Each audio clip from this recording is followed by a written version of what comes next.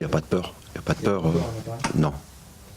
Il n'y a pas de peur. Je pense que les joueurs sont excités d'aller jouer à Paris. Après, il ne faut pas qu'ils restent excités comme un spectateur. Il va falloir qu'ils soient excités comme des acteurs. On n'a pas le droit, en allant à Paris, de ne pas tout faire pour faire un bon match. Je ne parle même pas de gagner, mais déjà d'essayer de faire un bon match. C'est un stade qui va être plein. On joue face à des joueurs de dimension internationale. Dans un match qui va être regardé parce que c'est le deuxième contre le troisième. On n'a pas le droit d'arriver dans nos petits souliers. Au contraire.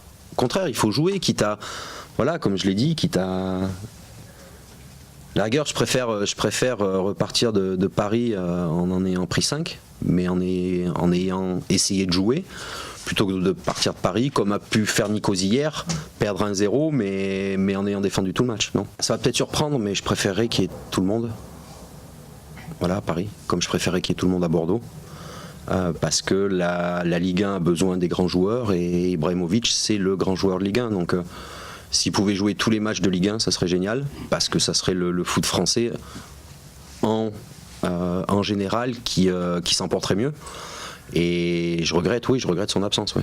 Et je dirais que c'est toujours difficile de faire entre guillemets, je dis bien entre guillemets, donc mettez-le bien entre guillemets quand vous le retranscrirez, de faire une réunion un petit peu de crise alors qu'on est 3e au classement.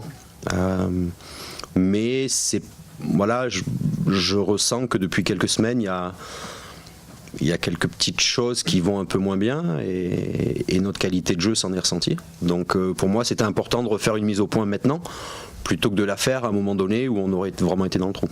Culturellement, en France, on a toujours tendance à, quand il y a un problème, à le laisser un petit peu durer en espérant peut-être qu'il se règle tout seul.